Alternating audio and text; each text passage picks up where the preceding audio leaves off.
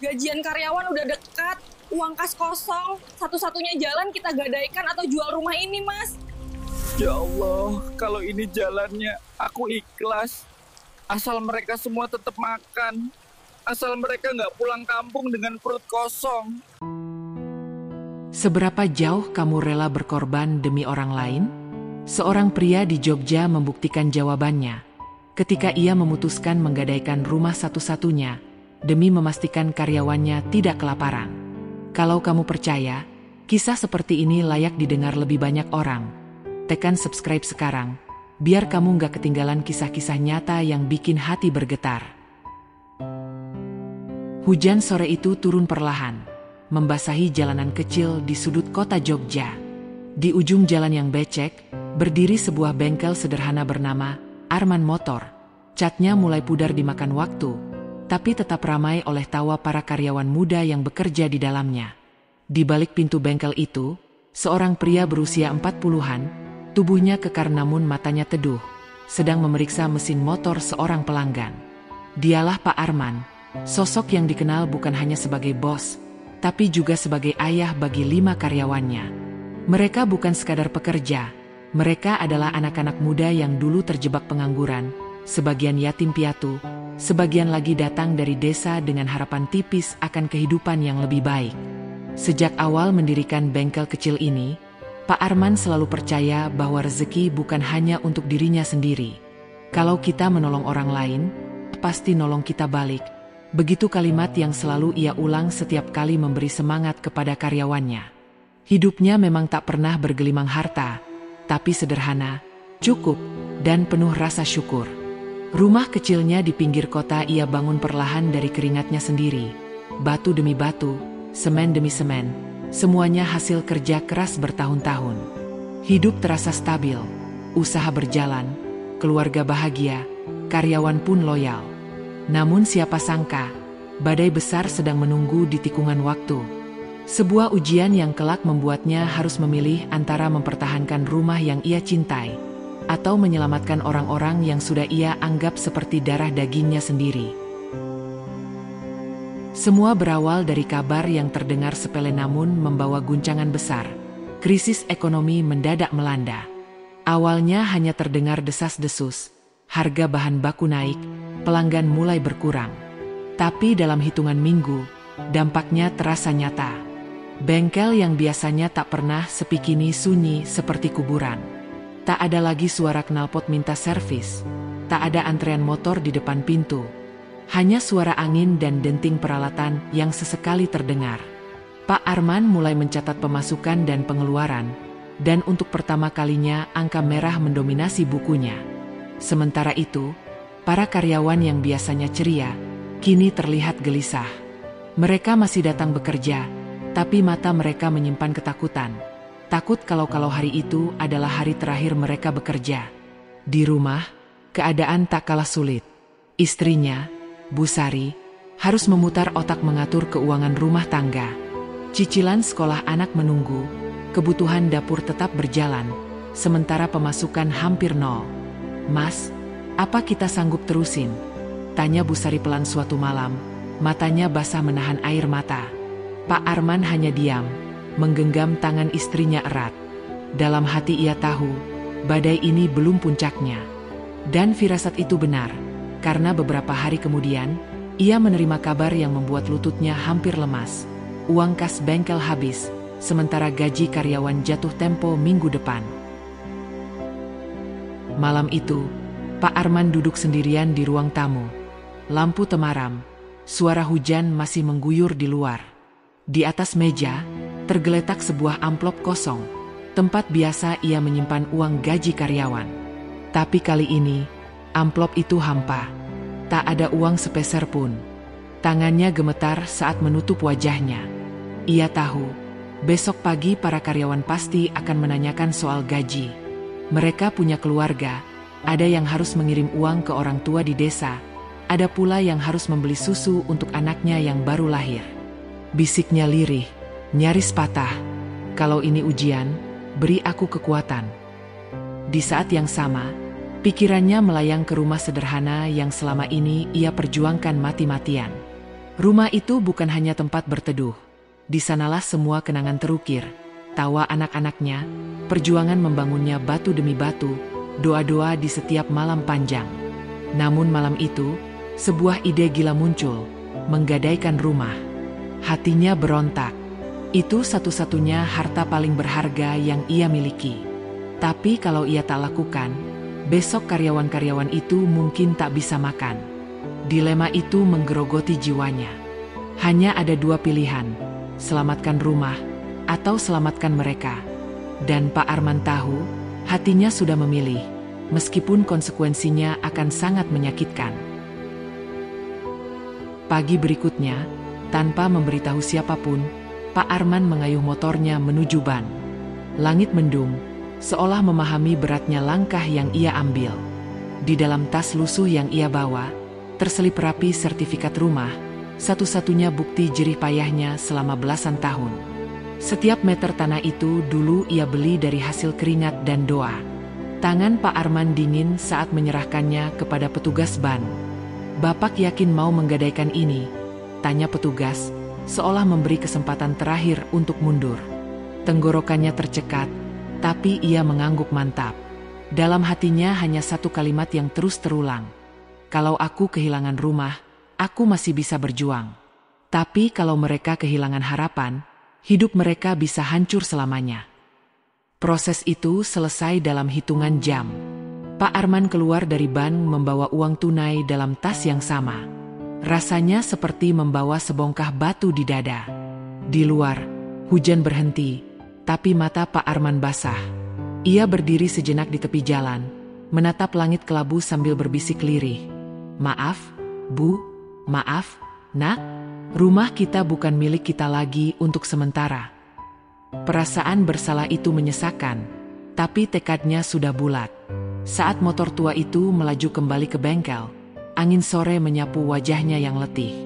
Entah kenapa, meski kehilangan rumah, ia justru merasa sedikit lega. Karena ia tahu, keputusan ini akan menyelamatkan keluarga besarnya, keluarga yang selama ini bernama karyawan. Sore harinya, semua karyawan berkumpul di bengkel. Mereka duduk melingkar, wajah lelah bercampur harap. Hari itu seharusnya gajian, tapi mereka tak berani bertanya, takut mendengar jawaban yang menyakitkan. Pak Arman masuk dengan senyum tipis, membawa amplop-amplop berisi uang. "Ini gaji kalian," ucapnya pelan. Sejenak ruangan hening. Mereka saling pandang, tak percaya. "Pak, tapi bengkel sepi. Dari mana Bapak dapat uang?" tanya seorang karyawan, suara seraknya pecah. Pak Arman hanya menjawab singkat, "Rezeki ada aja jalannya." Ia tak sanggup menceritakan apa yang baru saja ia korbankan. Satu persatu karyawan menerima amplop itu dengan mata berkaca-kaca. Ada yang langsung menunduk bersujud syukur. Ada yang menggenggam tangan Pak Arman erat-erat. Namun kabar pengorbanannya tak bisa lama disembunyikan. Beberapa hari kemudian, seorang tetangga yang bekerja di bank tanpa sengaja membocorkan cerita bahwa Pak Arman baru saja menggadaikan rumahnya demi membayar gaji. Begitu mendengar itu, karyawan-karyawannya menangis. Mereka beramai-ramai menemui Pak Arman. "Pak, kenapa Bapak nggak bilang? Kami rela nggak digaji dulu, asal rumah Bapak nggak hilang," seru salah satu di antara mereka. Tapi Pak Arman hanya tersenyum dan berkata, "Kalau kalian nggak digaji, kalian nggak bisa makan. Kalau kalian pulang kampung, bengkel ini mati. Aku nggak mau lihat kalian menyerah. Kita harus terus berdiri bareng-bareng." Sejak hari itu, suasana bengkel berubah. Para karyawan bekerja dengan semangat berbeda, bukan sekadar demi uang, tapi demi membalas pengorbanan bos mereka. Mereka mulai datang lebih pagi, pulang lebih malam. Bahkan ada yang diam-diam membawa bekal makanan dari rumah untuk dibagi ke semua orang, supaya pengeluaran bengkel bisa ditekan. Berita tentang pengorbanan Pak Arman perlahan menyebar ke tetangga sekitar. Orang-orang yang dulu hanya lewat, kini datang untuk sekadar memberi semangat atau membawa pesanan kecil. "Pak, saya nggak servis apa-apa, tapi saya beli oli deh, biar bengkel nggak sepi," kata seorang pelanggan lama. Ada juga yang sengaja menitipkan motor rusak hanya supaya bengkel tetap hidup. Solidaritas itu makin membesar. Supplier spare part yang mendengar kisah ini pun luluh. Mereka memberi keringanan pembayaran hutang. Bahkan beberapa komunitas motor menggalang donasi diam-diam. Perlahan, bengkel yang sempat sepi mulai kembali ramai. Tapi perjalanan ini belum selesai, karena mengembalikan sertifikat rumah bukanlah hal mudah. Masih ada hutang besar yang harus dilunasi. Masih ada perjuangan panjang untuk memastikan usaha itu benar-benar bangkit. Namun satu hal pasti, Pak Arman tidak lagi berjuang sendirian. Pengorbanannya telah menyalakan api kebersamaan yang tak pernah padam. Api yang membuat semua orang percaya bahwa kebaikan, sekecil apapun, selalu kembali berlipat ganda. Belum genap sebulan setelah rumahnya digadaikan, ujian lain datang menghantam. Salah satu karyawan paling muda, Dimas, tiba-tiba jatuh sakit parah. Tubuhnya kurus, batuk tak berhenti, dan wajahnya pucat pasi. Malam itu ia roboh di bengkel, membuat semua panik. Pak Arman tanpa pikir panjang langsung membopongnya ke puskesmas terdekat. "Pak, jangan repotin saya," bisik Dimas lemah. Tapi Pak Arman hanya menjawab, "Kamu keluarga, Dim. Gak ada repot-repot kalau soal keluarga." Di ruang tunggu puskesmas yang sepi, Pak Arman duduk sendirian, menatap lampu temaram di langit-langit. Dalam hatinya ia berteriak, "Lelah, sampai kapan ujian ini? Aku sudah gadaikan rumah. Apa aku masih kuat?" Tapi setiap kali rasa lelah itu datang, wajah karyawan-karyawannya terbayang. Wajah anak-anaknya yang polos juga terbayang. Dan disitulah ia menemukan kekuatan baru. Malam itu, saat hujan turun deras, ia memutuskan, apapun yang terjadi, ia akan terus berdiri. Tidak ada pilihan lain kecuali maju. Esoknya, Pak Arman memimpin rapat kecil di bengkel. "Kita nggak bisa terus begini. Kita harus kreatif. Kita harus cari cara lain biar bengkel nggak mati," katanya. Kata-kata itu bukan hanya motivasi, tapi seruan perang. Dan perlahan, semangat itu menular ke semua orang yang mendengarnya. Mulailah mereka mencari cara untuk bertahan hidup. Salah satu karyawan mengusulkan ide membuat layanan servis motor panggilan, datang ke rumah pelanggan tanpa biaya tambahan. Ide sederhana itu ternyata membawa angin segar. Mereka membuat brosur seadanya, menempelkannya di tiang listrik, membagikannya ke kampung-kampung sekitar. Di luar dugaan, responsnya positif. Banyak pelanggan yang merasa terbantu, terutama para ibu rumah tangga dan pekerja yang tak sempat ke bengkel. Tiap malam, Pak Arman dan timnya berkeliling naik motor tua, membawa alat seadanya. Kadang mereka servis di pinggir jalan, kadang di halaman rumah pelanggan, bahkan pernah di tengah sawah karena motor mogok saat panen. Lelah? Tentu. Tapi setiap kali rasa penat itu datang, mereka saling mengingatkan pengorbanan Pak Arman. "Bos, kita udah gadain rumah, masa kita nyerah?" Celetuk salah satu karyawan suatu malam, membuat semua tertawa kecil meski mata mereka sembab. Perlahan-lahan, pemasukan mulai mengalir lagi. Tak banyak, tapi cukup untuk membayar kebutuhan bengkel dan mulai menabung sedikit demi sedikit untuk menebus rumah yang tergadai. Setiap rupiah terasa berharga. Setiap pelanggan baru terasa seperti mukjizat kecil. Dan di balik semua itu, Pak Arman mulai menyadari satu hal, pengorbanan yang tulus memang tak pernah sia-sia.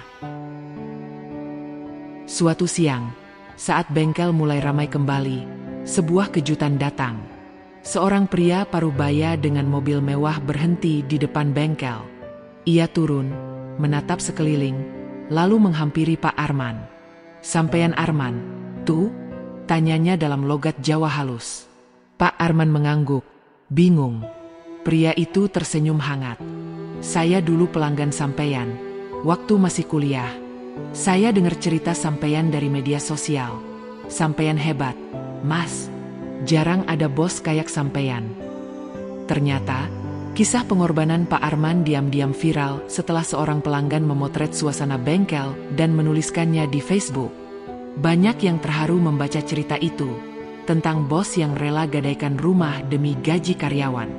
Pria parubaya itu bukan sekadar pelanggan biasa. Ia kini pemilik perusahaan besar di bidang otomotif. Dan ia datang bukan hanya untuk servis mobilnya. Kalau sampean mau, ayo kerja sama. Saya bantu pasok spare part murah. Sampean fokus jalanin bengkel, katanya. Pak Arman tertegun. Matanya panas menahan air mata. Selama ini ia merasa berjuang sendirian. Tapi hari itu ia sadar, kebaikan kecil yang ia lakukan diam-diam, ternyata kembali kepadanya dengan cara yang tak pernah ia bayangkan. Kerja sama itu menjadi titik balik. Dengan suplai spare part murah dan dukungan moral dari pelanggan lama, bengkel kecil itu perlahan menjelma kembali jadi tempat yang ramai. Namun kali ini suasananya berbeda. Setiap baut yang dipasang, setiap mesin yang dibetulkan, dilakukan dengan hati penuh rasa syukur. Para karyawan bekerja bukan karena takut kehilangan pekerjaan, tapi karena ingin membalas kebaikan bos mereka. Kita bangun bengkel ini bareng-bareng, kata salah satu dari mereka sambil mengepel lantai. Kita juga yang bakal bikin bos bisa balik ke rumahnya lagi. Dari pagi hingga malam, bengkel tak pernah sepi. Kadang pelanggan datang hanya untuk bersalaman dan berkata, "Saya bangga sama sampeyan, Pak." Cerita Pak Arman kini bukan hanya miliknya sendiri. Sudah jadi cerita milik banyak orang yang percaya bahwa kebaikan tak pernah sia-sia. Bahkan beberapa komunitas motor sengaja mengadakan servis massal di bengkel itu. Tujuannya sederhana, membantu mempercepat penebusan rumah Pak Arman. Setiap kali uang kas bertambah, Pak Arman menatap buku tabungannya sambil berbisik pelan. Sedikit lagi, rumah, sedikit lagi. Ada rasa haru setiap kali ia pulang ke rumah kontrakan sederhana tempat ia dan keluarganya sementara tinggal. Di sana ia berjanji pada anak-anaknya, "Bentar lagi kita pulang ke rumah kita sendiri." Dan janji itu ia genggam erat, tak peduli berapa lama waktu yang dibutuhkan. Bulan demi bulan berlalu. Siang malam mereka bekerja tanpa lelah. Musim hujan, musim kemarau, semua dilalui bersama. Setiap rupiah yang masuk, sebagian langsung disisihkan untuk menebus rumah. Ada masa ketika uang hampir cukup, tapi tiba-tiba ada karyawan yang orang tuanya sakit parah dan butuh biaya. Tanpa pikir panjang, Pak Arman mengulurkan tabungannya. "Rumah bisa kutebus kapan-kapan, tapi nyawa orang tuamu nggak bisa ditunda," katanya. Para karyawan menangis mendengar itu. Mereka makin yakin, bekerja di bengkel ini bukan sekadar pekerjaan, ini pengabdian.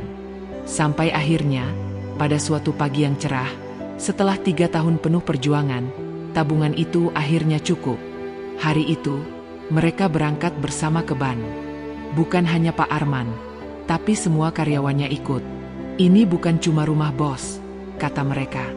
"Ini rumah kita semua." Saat petugas Ban menyerahkan kembali sertifikat rumah itu, tangan Pak Arman bergetar hebat. Air matanya pecah. Alhamdulillah, hanya itu yang bisa ia ucapkan. Semua karyawan memeluknya bergantian.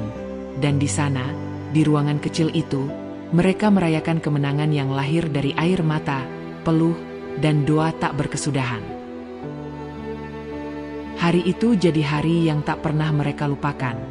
Konvoi kecil motor para karyawan mengiringi Pak Arman pulang ke rumah lamanya.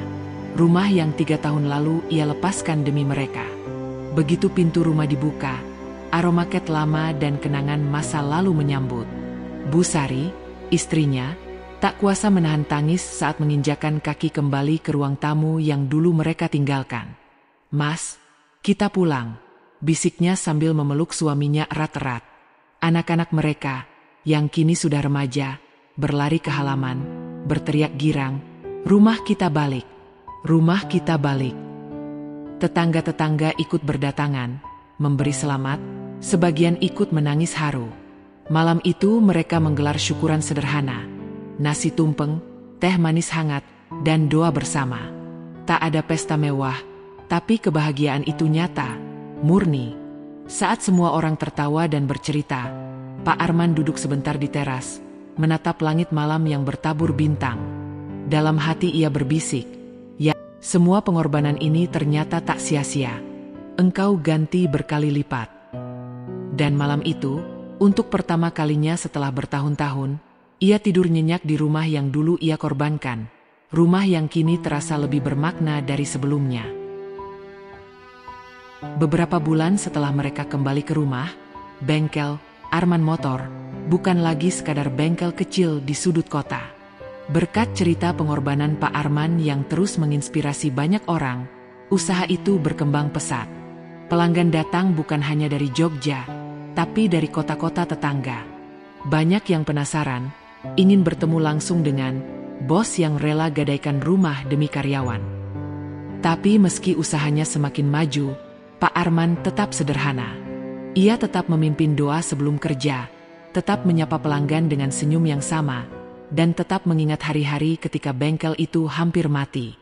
"Kita nggak boleh sombong," katanya suatu pagi kepada karyawannya. "Kita berdiri di sini karena doa dan air mata bersama. Jangan pernah lupa itu." Kini, para karyawan bukan lagi sekadar bawahan. Mereka adalah bagian dari keluarga besar yang tumbuh bersama. Bahkan beberapa dari mereka yang dulu cuma pekerja lepas, kini sudah punya rumah sendiri berkat gaji yang layak dan bonus usaha yang terus berkembang. Hidup mereka berubah, tapi rasa hormat mereka kepada Pak Arman tak pernah berkurang. Setiap kali ada karyawan baru, cerita tentang pengorbanan itu selalu diceritakan ulang, bukan untuk pamer, tapi untuk mengingatkan bahwa bengkel ini berdiri di atas fondasi kebaikan dan kesetiaan. Suatu malam, setelah bengkel tutup dan semua karyawan pulang, Pak Arman duduk di teras rumahnya. Angin malam berhembus lembut, membawa aroma tanah basah setelah hujan. Di pangkuannya, sertifikat rumah itu kini terlipat rapi, bukan lagi milik Ban, tapi kembali jadi miliknya. Ia menatap langit, matanya berkaca-kaca. 3 tahun lalu aku rela kehilangan ini semua demi mereka. Sekarang engkau kembalikan lebih dari yang aku minta, gumamnya lirih. Dalam keheningan itu, Bu Sari datang membawa secangkir teh hangat. "Mas," katanya lembut, "aku dulu sempat marah waktu kamu gadaikan rumah ini. Tapi sekarang aku bersyukur. Kamu sudah ajarin kita arti keluarga yang sebenarnya." Pak Arman tersenyum, memegang tangan istrinya erat-erat. Mereka berdua terdiam lama, hanya mendengar suara jangkrik di kejauhan. Hati Pak Arman penuh rasa damai yang tak bisa diungkapkan dengan kata-kata. Semua penderitaan itu seolah berubah jadi kilau cahaya yang menerangi hidupnya. Ia sadar, kadang jalan menuju kebahagiaan memang harus melewati lembah air mata. Dan ketika seseorang berani berkorban dengan ikhlas, dunia pun seakan ikut bersekutu untuk membalas kebaikan itu. Cerita Pak Arman bukan sekadar kisah tentang bengkel atau uang. Ini tentang hati, tentang seorang pria biasa yang memilih kehilangan rumahnya demi memberi harapan kepada orang lain. Dalam dunia yang sering memuja keuntungan pribadi, Pak Arman membuktikan bahwa keberhasilan sejati lahir dari pengorbanan dan ketulusan. Bertahun-tahun kemudian, saat usahanya sudah makin besar, Pak Arman tetap dikenal sebagai bos yang pernah gadaikan rumahnya demi gaji karyawan. Sebutan itu bukan beban, tapi kehormatan. Setiap kali ditanya mengapa ia berani mengambil keputusan gila itu, jawabannya selalu sama. Karena mereka keluarga. Kalau aku selamat sendiri tapi mereka tenggelam, aku nggak akan pernah tenang. Cerita itu terus diceritakan dari mulut ke mulut, menginspirasi banyak orang untuk melihat bisnis bukan hanya soal angka, tapi juga tentang manusia di dalamnya. Dan malam-malam ketika Pak Arman berdiri di teras rumahnya, menatap bengkel yang kini terang benderang oleh lampu, ia selalu berbisik dalam hati, "Terima kasih, ya Allah, sudah ajarkan aku arti rezeki yang sebenarnya."